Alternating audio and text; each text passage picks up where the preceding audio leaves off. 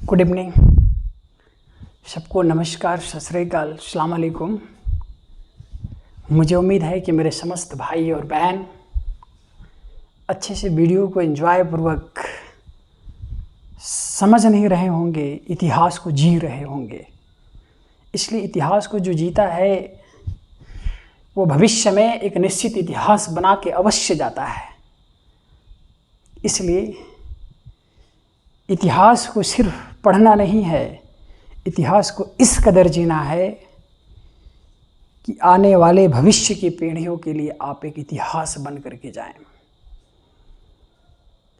दोस्तों, हर समय मोटिवेट रहने की एक आदत सी डाल लीजिए और ये मान के चलिए कि आपसे बेहतर इस दुनिया में कोई नहीं है। इस सब्जेक्ट के लिए आप बने हैं और आप ही के लिए यह सब्जेक्ट रेखांकित है। तो आपसे बड़ा कौन हो सकता है इसको प्राप्ति करने के लिए? आपके अंदर वो दम है, आपके अंदर वो जज्बा है जो जड़ के अंदर जमी हुई उस इमारत को हिलाने की भी ताकत आप रखते हैं। इसलिए अपने ताकत को दिखा दीजिए। Opportunity knocks every door but at once. मौका हर किसी के जीवन में आता है, लेकिन एक बार। लेकिन दोस्तों, जब वो मौका आएगा, आपके दरवाजों को खटखटाएगा, लेकिन आप उसे डेली रूटीन की तरह समझेंगे कोई और खटखटा रहा है। बस पहचान लीजिएगा कि वो मौका है, इसे नहीं छोड़ना है, वरना फिर डेली रूटीन की तरह उसे खटखटाता है, कोई खटखटाता है। बस पहचानने का एक त्रिनेत्र होना चाहिए आपके पास कि ये मेरा मौका है, इसको नहीं जाने दूंगा। बस दोस्तों, मैं इसी उम्मीद के साथ आप लोगों के साथ जुड़ना चाह रहा था कि प्रतिभा की कमी नहीं है। इस हिंदुस्तान की सरजमी का एक सबसे अनोखा और मार्मिक तथ्य यह है कि इस हिंदुस्तान में प्रतिभा कुट कुट के भरी है। बस प्रतिभा को सही मार्गदर्शन दे करके उसकी दशा और दिशा को सकारात्मक बनाया जा सकता है। इसलिए आपसे मैं फिर से एक बार रिक्वेस्ट करूंगा कि अपने मूल्य को वर्धित करना चाहते हैं, अपने मूल्य को बढ़ाना चाहते हैं, तो याद रखिएगा, एमआरपी मैंने एक चीज़ बताया था। एमआरपी का मतलब मार्क्स प्राइस होता है। लेकिन आपकी मार्क्स प्राइस क्या है? आपकी एमआरपी क्या है? एग्जाम यह आपसे अपेक्षित करता है, उसी बच्चों की एमआरपी को वो कंट्रोल डिसाइड्स करने का काम करता है, उसी बच्चों की एमआरपी को अपने पास रखता है। वही बच्चा उस एग्ज़ाम को क्रैक करने में सक्षम होता है जिसने एमआरपी को बार बार इम्प्लीमेंट करने की कोशिश किया है। किसने कितनी बार मॉक टेस्ट दिया, किसने कितनी बार रिवीजन किया, कितनी बार आपने प्रैक्टिस किया और कितनी बार आपने प्रीवियस ईयर्स क्वेश्चंस को एनालिसिस करके अपने दशा और दिशा का निर्धारण किया।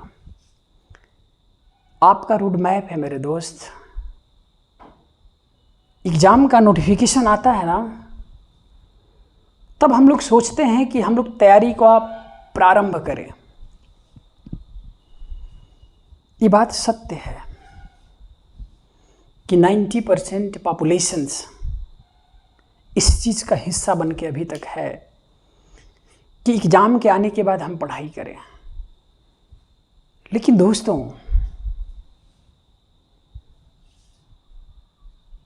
शादी का डेट जब फिक्स होता है ना,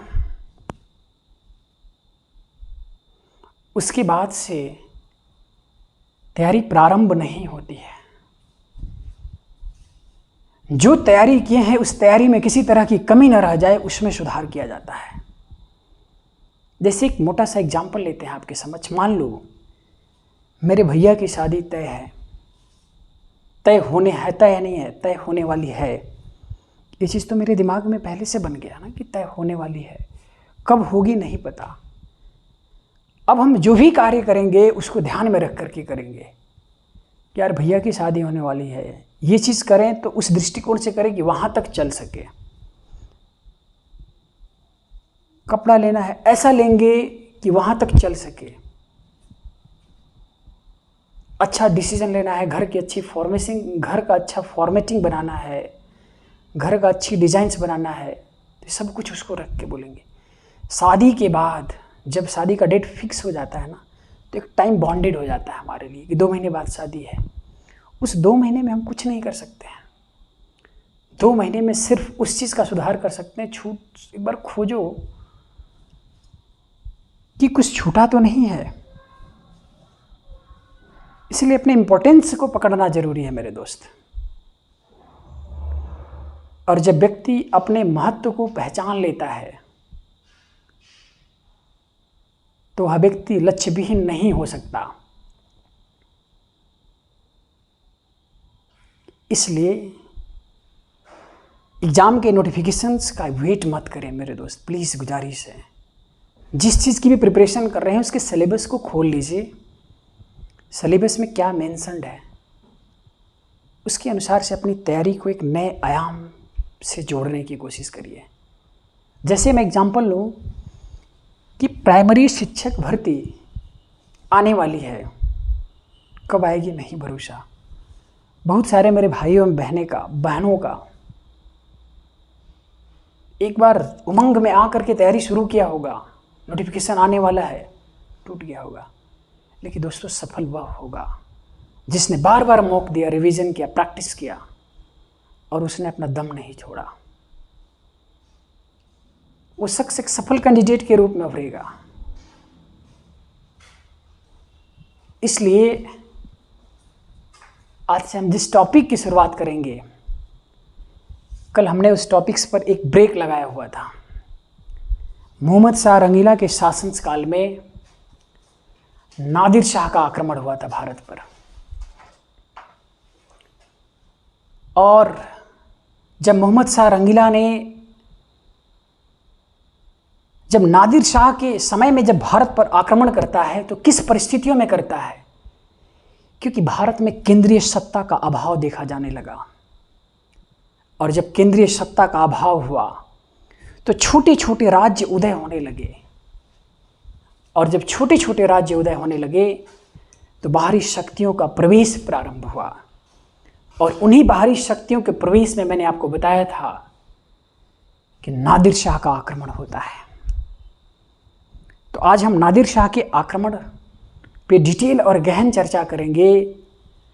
चाहे वह प्रश्न आपके IAS से लेकर के दोस्तों, मैं वनडे लेवल की बात कर रहा हूँ,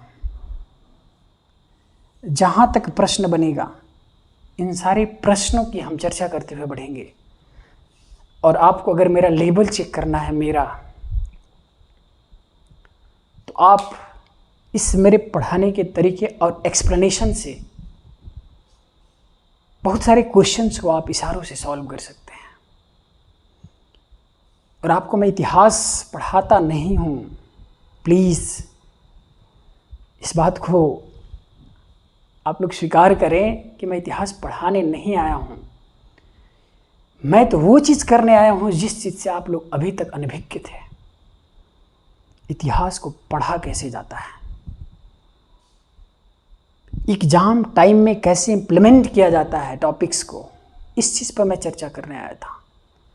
और उसी क्रम में मैं टॉपिक्स के गहनतम बिंदु को मैं टच करता हुआ जाऊंगा। इंडिया का, जैसे पूरे विश्व का सबसे गहरा गर्त पैसिफिक ओशंस में मैरियाना ट्रेंच है, उस लेवल तक हम टच करेंगे। और जब जितना अंदर टच करेंगे ना, मिनरल्स उतना ही बाहर ज्वालामुखी के रूप में फेंक देगा। जिसकी जो रिक्वायरमेंट है उसको कंप्लीट करेगा। तो स्टार्ट करते हैं दोस्तों। मुझे उम्मीद है कि आप लोग जुनून में आ चुके होंगे, आप लोगों के करने की इच्छा प्रबल हो चुकी होगी। और कुछ करके जाना है। अगर आए हैं इस दुनिया में तो सिर्फ ऐसे ही नहीं जाएंगे, कुछ ऐसा करके जाएंगे कि मेरा भी भूगोल होगा और मेरा भी एक इतिहास होगा। जब कोई मेरे इतिहास को खंगालेगा तो मेरा इतिहास खोलता हुआ इतिहास होगा, जिसे पढ़ने के लिए भी जज्बात चाहिए, क्योंकि खोलते हुए पानी को हर कोई टच नहीं करना चाहता है। और शांत ऐसे रहिए जैसे तालाब नहीं। कुछ पल के लिए मान लो कि समुद्र का शांत पानी है, लेकिन उसे शांत समझ करके अगर उसमें घुसने की कोशिश किए तो समुद्र का शांत पानी भी हिलोरे पैदा कर देता है। तो हम समुद्र की तरह शांत रहेंगे, शांति में भी मेरा हिलोरा होगा। इसलिए मेरे दोस्त, उस तरंगों का निर्माण करिए जो आपको ऑक्सीजन प्रदान करे। जैसे समुद्र की मछलियां क्यों जीवित रहती हैं? बहुत सारा बच्चा इसको रटता है। जैसे ये समुद्र है, हम टॉपिक से थोड़ा सा इतर हो रहे हैं, एक मुश्किल से 1 से 2 सेकंड के लिए। ये समुद्र है, समुद्र में तरंगे चलती हैं ऐसे ऐसे ऐसे ऐसे। जब ये तरंग समुद्र के भाग से जब ऊपर उठती हैं, जल वाले भाग से ऊपर उठती हैं, तो ये एटमॉस्फेयर से, वायुमंडल से ऑक्सीजन ग्रहण करती हैं और इस ऑक्सीजन को इस तरंगों के माध्यम से इसमें घोल देती हैं। इसी को बोलते हैं ऑक्सीजनेशन प्रोसेस। इस कारण से ये जीवित रहती हैं। इसलिए अपने अंदर ऑक्सीजन पैदा करोगे, अपने अंदर तरंग पैदा करोगे ना, तो तरंग ऑक्सीजन को खींच लेगा, जितनी रिक्वायरमेंट है आपको जिंदा करके छोड़ेगा। इसलिए अब देखने की कोशिश करते हैं अपने टॉपिक्स में, मूल टॉपिक पे अब आते हैं। देखिए, नादिर शाह का जब भारत में आक्रमण होता है तो सबसे पहले नादिर शाह से बेसिक चीज पे बात करें। नादिर शाह मूलतः फारस का शासक था। फारस, हार्मुज स्ट्रेट, जब हम पढ़ेंगे आपसे बात करेंगे ज्योग्राफी, अभी कुछ दिन बाद ही स्टार्ट करेंगे उसको। हार्मुज स्ट्रेट इसी के पास है, फारस की खाड़ी, यहाँ का शासक था, ईरान के पास, मान लीजिए। नादिर शाह कहाँ का शासक था? फारस का शासक था। किसके समय में भारत में आक्रमण किया? तो मोहम्मद शाह रंगीला के शासन के समय में भारत में आक्रमण करता है। नेपोलियन महान था। नेपोलियन एक विश्व इतिहास का पार्ट है, इसलिए उसको हम बहुत संक्षिप्त वे में बस पढ़ने की कोशिश करें। तो नेपोलियन जब अटैक करने गया तो नेपोलियन की एक कहावत है कि नाशपाती पक चुकी है, तब मैंने आक्रमण किया। नाशपाती पकने का सेंस उसने गजब का एक्सप्लेनेशन दिया कि अगर मैं कुछ समय पहले गया होता तो नाशपाती कच्ची होती, अगर मैं थोड़ी देर बाद जाता, आक्रमण के बाद जाता, तो नाशपाती पक के सड़ गई होती। अर्थात सही समय था आक्रमण करने का। दोस्त, आप भी अपने त्रिनेत्रों को खोल लीजिए और उस सही समय की पहचान कीजिए कि नाशपाती कच्ची भी न रहे और नाशपाती पक के सड़ी भी न है। जब सही समय, उसी समय वार कर दीजिए। इसीलिए उसी संदर्भ में इसे ईरान के नेपोलियन की संज्ञा किया जाता है, क्योंकि इसने सही समय का परीक्षण किया भारत में। इससे अच्छा समय आक्रमण करने के लिए कुछ नहीं हो सकता है। कुछ समय पहले आक्रमण करता तो नाशपाती अभी कच्ची थी, क्योंकि अभी बहादुर शाह प्रथम, फर्रुख शेर, सैयद बंधुओं का प्रभुत्व सब था। मर चुका था सैयद बंधु, जो किंग मेकर की भूमिका अदा करता। जुल्फिकार खां के नेतृत्व में कुछ शासन स्थापित भी हुआ था, लेकिन वो चल नहीं पाया।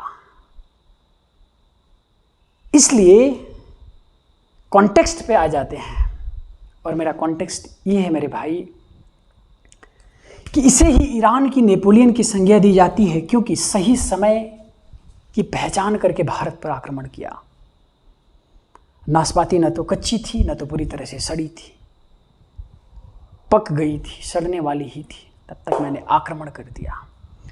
और जब आक्रमण किया तो ध्यान से सुनना, नेपोलियन उस समय पंजाब के करनाल तक पहुंच चुका। जब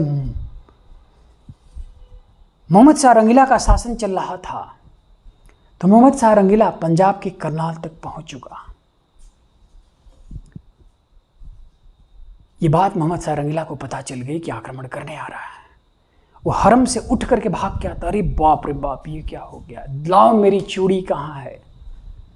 पंजाब के आसपास जाता है और रॉयल आर्मी ऑफ मुगल अर्थात मुगल की सेना के साथ निजामुल मुल्क को लेता है। निजामुल मुल्क याद है ना मेरे भाई, आपको मैंने बताया था पीछे, तुरानी गुट का नेतृत्व करता था और इसी ने सैयद बंधु की हत्या करवाई थी। समझ में आ रहा है ना टॉपिक्स। तो ये साथ देगा कि नहीं देगा नादिर शाह के आक्रमण पर? देगा, लाजमी है देगा, जाएगा कहाँ। इसलिए रॉयल आर्मी के साथ निजामुल मुल्क साथ में खड़े हो जाते हैं। और जब ये पंजाब के करनाल तक पहुंचता है तो ये दिल्ली में एंट्री ना कर पाए तो हैदराबाद से भी चले जाते हैं इनके पास। बोलते हैं क्या हुआ? बोलते हैं मेरी चूड़ी दे दो। पंजाब के आसपास जाकर के ऐसे ढीढ़ो, ऐसी चूड़ी हिलाने लगा हाथ कि यार वापस चले जाओ, इधर औरतें इधर मत आक्रमण करो। लेकिन ये कहाँ मानने वाला, ये तो नाशपाती नहीं चाहता था कि पक के सड़ जाए। इसलिए नादिर शाह ने मुगल एम्पायर के साथ युद्ध की घोषणा कर देता है और बैटल ऑफ करनाल होता जाता है। करनाल का युद्ध होता है। दोस्तों मैं अभी भी सचेत कर रहा हूं आपको, करनाल युद्ध नहीं पूछेगा, लेकिन जान गए तो घाटा है क्या।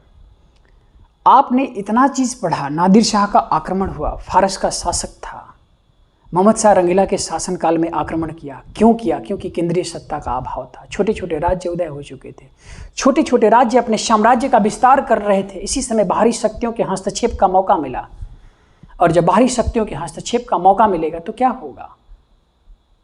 लूटपाट, युद्ध हुआ, शुरू हुआ। जिस मुगलों ने बाबर से लेकर के अकबर, शाहजहां तक, जहांगीर तक और यहाँ तक कि औरंगजेब तक भी मुगल को केंद्रीकृत करने में एकीकृत भूमिका निभाई थी। किसी की हिम्मत तक नहीं होती थी कि आक्रमण करके सामान लूट के लेके जाए। जब करनाल का युद्ध होता है तो इसमें मुगल सेना पराजित हो जाती है और मोहम्मद शाह रंगीला चंगुल में फंस जाते हैं उनके। आगे अब रोल प्ले करेंगे कूटनीतिज्ञ का निजामुल मुल्क, क्योंकि यही सर्वे सर्वा थे, इन्हीं के सब कुछ सानिध्य में हो रहा था। इसलिए निजामुल मुल्क के प्रयास से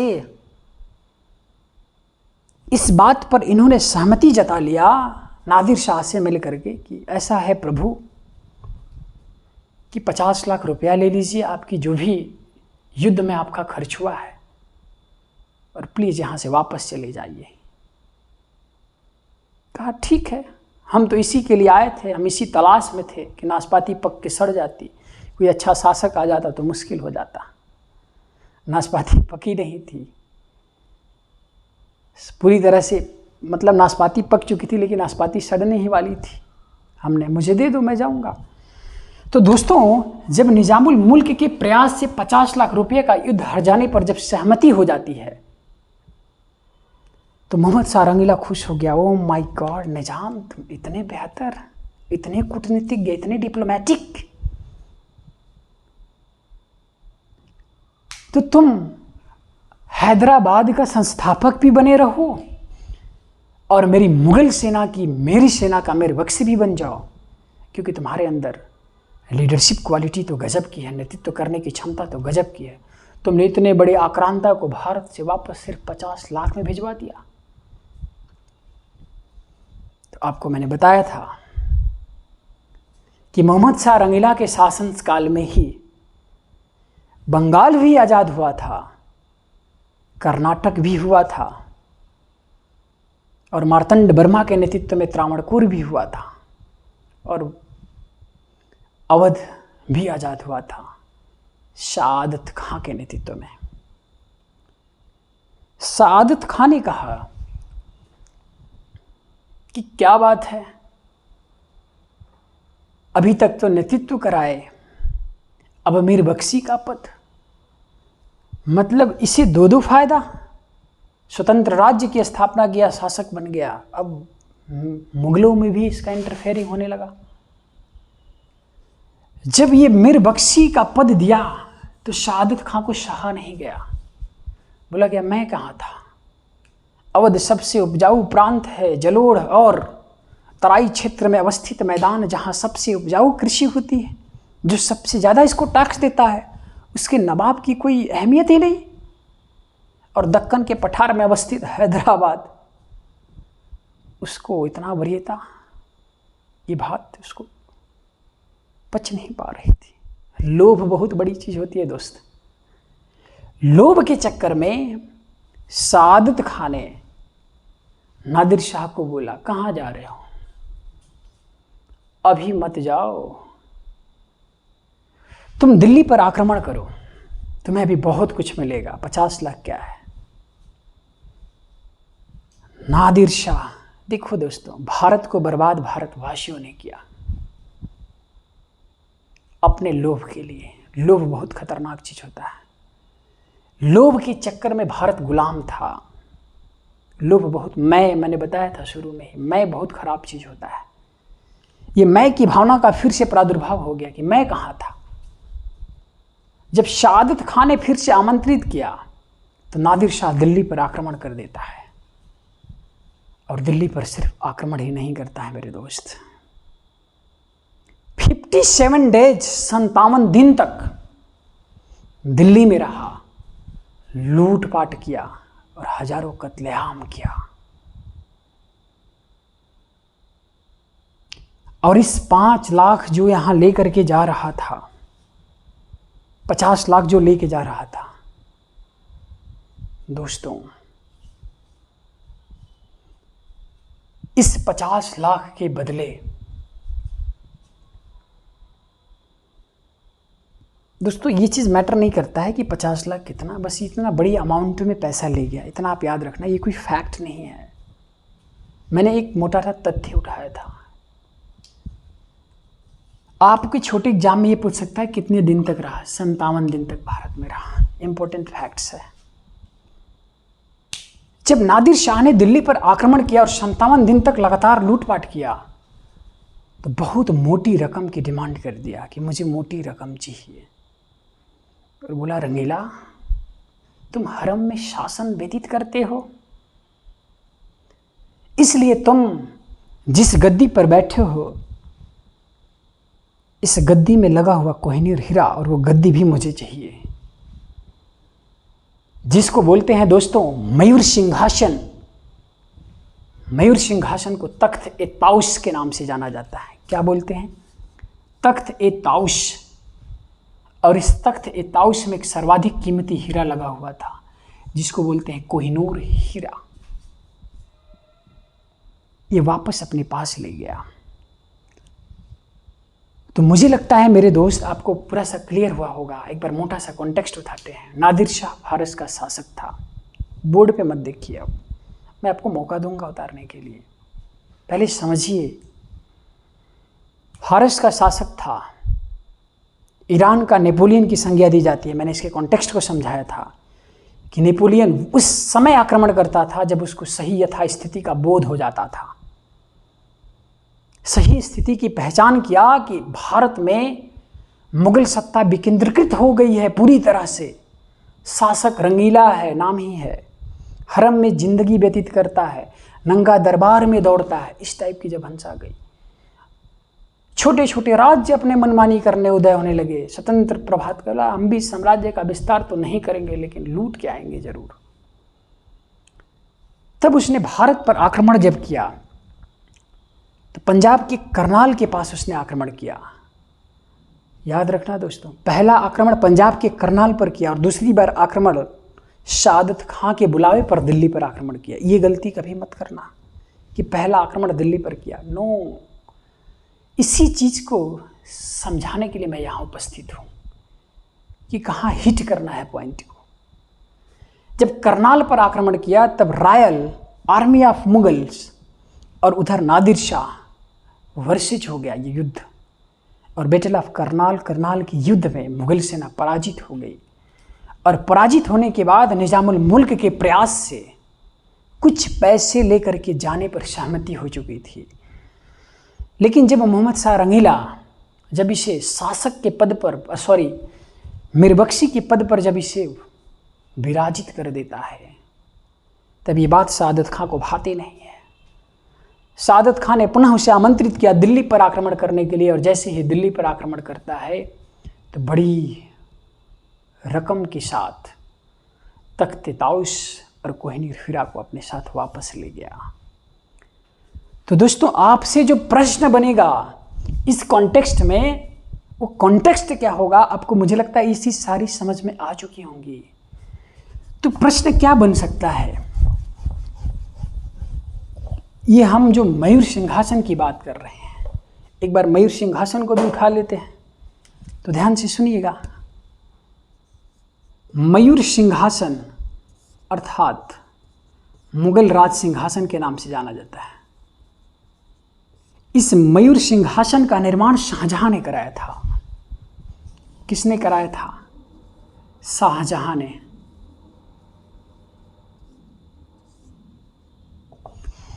जब इस मयूर सिंहासन का निर्माण शाहजहां ने कराया, तो पहली बार मयूर सिंहासन पर बैठने वाला शासक कौन होगा?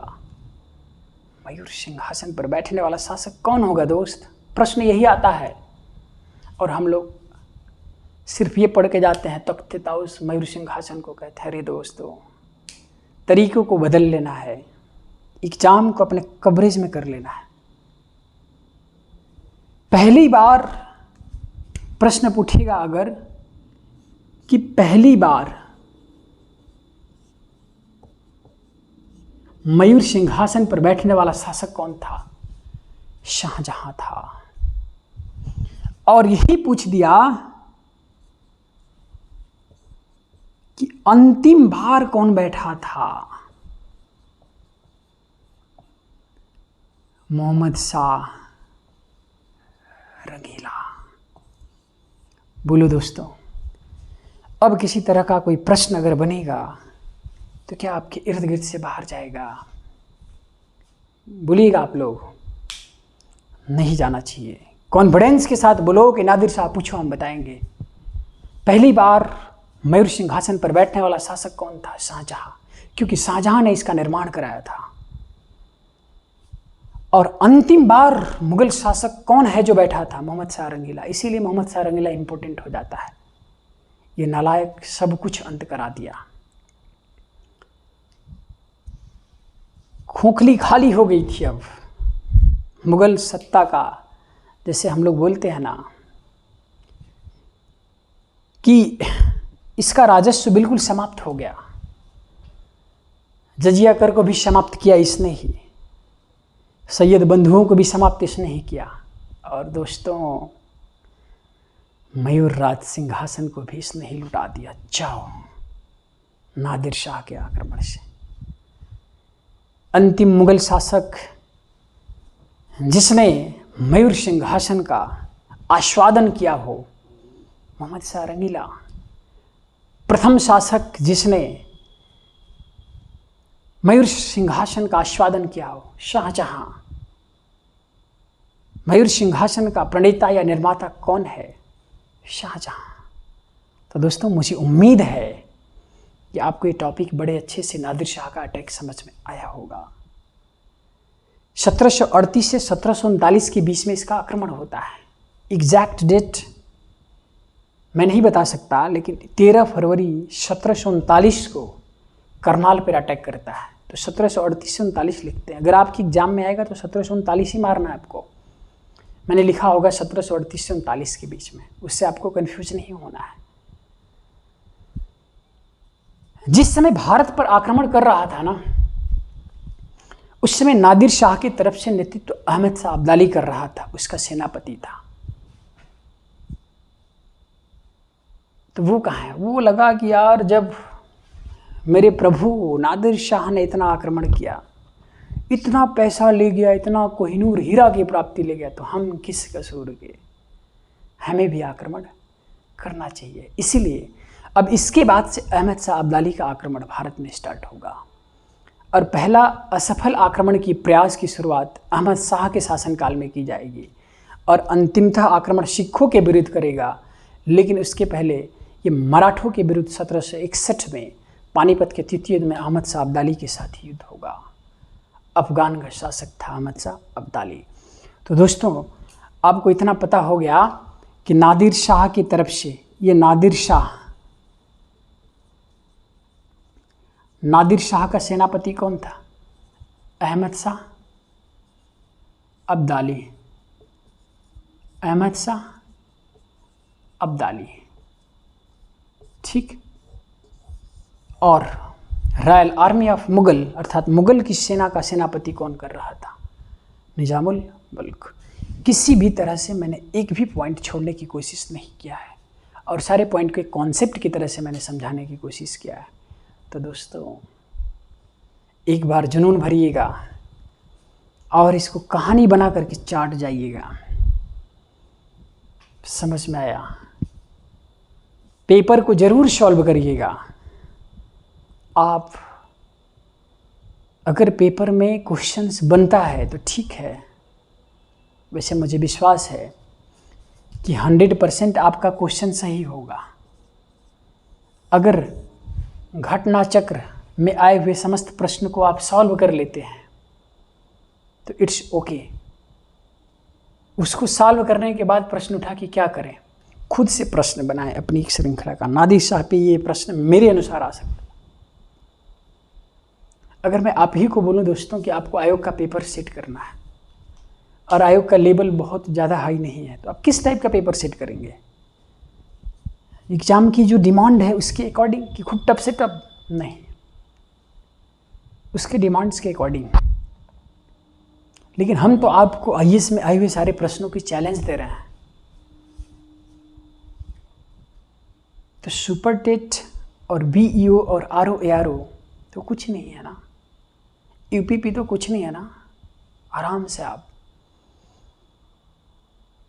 इस प्रकार से माचिस लगाना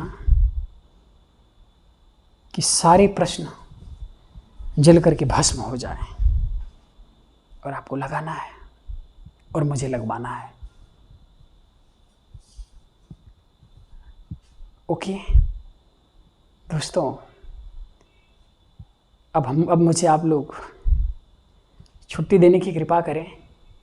आप लोग के साथ मैं ऐसे ही समर्पित होकर के मैं कार्यरत रहूँगा। किसी भी तरह की कोई भी परेशानी किसी भी सब्जेक्ट में होगी पढ़ाने के बाद मेरे, तो उसकी गारंटी, उसकी जिम्मेदारी मेरे पास होगी, कमी मेरे पास होगी। लेकिन दोस्तों, मैं इस कायर और इस कदर आपको मैं मेहनत करवा दूंगा कि एग्ज़ाम तो आप पास ही हो जाओगे, अपने आने वाली पीढ़ियों को भी आप इस प्रकार से शिक्षित करने के लिए एक्टिव मोड में रहेंगे। किसी तरह का उसे बाहरी गाइडेंस की ज़रूरत नहीं होगी, वो आपके गाइडेंस से ही फुलफिल होगा। बच्चों के शिक्षक, बच्चों के एजुकेटेड होने से ज़्यादा मुझे लगता है कि आज के परिदृश्य में माँ और बाप का एजुकेटेड होना अति आवश्यक है। क्योंकि माँ बाप अगर एजुकेटेड होगा तो बच्चा अवश्य उसे फॉलो करेगा। आप जरा इसको ध्यान से सोचिए कि घर में छोटा सा बच्चा है, जब जब आपके पास आता है, मोबाइल फ़ोन्स में रील्स वगैरह आप देख रहे हैं, यूट्यूब्स पे ऐसी चीज़ें देख रहे हैं जो आपके लिए ज़्यादा सदुपयोगी नहीं है। वो बच्चा बार बार आएगा यूट्यूब्स की दुनिया में, रील्स देखेगा, आपके साथ भी बैठ के देखेगा, आप भी दिखाओगे। हम थोड़ा सा परिवर्तन लाने की अगर कोशिश करें तो उस बच्चे का भविष्य बदल सकता है। हम ये कोशिश करने के लिए बैठे हैं कि जब जब मेरे पास बालक छोटा सा चल के आए, तब तब हम एक छोटी सी उपन्यास, एक छोटी सी किताब लेके बैठ जाएं, ताकि वो बार बार अगर ये देखेगा तो उसका अनुसरण करेगा। बच्चों में इमिटेटिव पावर बहुत होती है, नकल करने की क्षमता बहुत होती है मेरे दोस्त। इसलिए बच्चों के अंदर ऐसी मानसिक दशाओं का विकास करना आपका परम कर्तव्य है। इसलिए आपका भविष्य, आपका बच्चा है, वही एक उज्जवल भविष्य का निर्माण करेगा। इसलिए आप उसके लिए जिम्मेदार हैं दोस्तों। धन्यवाद and good night, take care.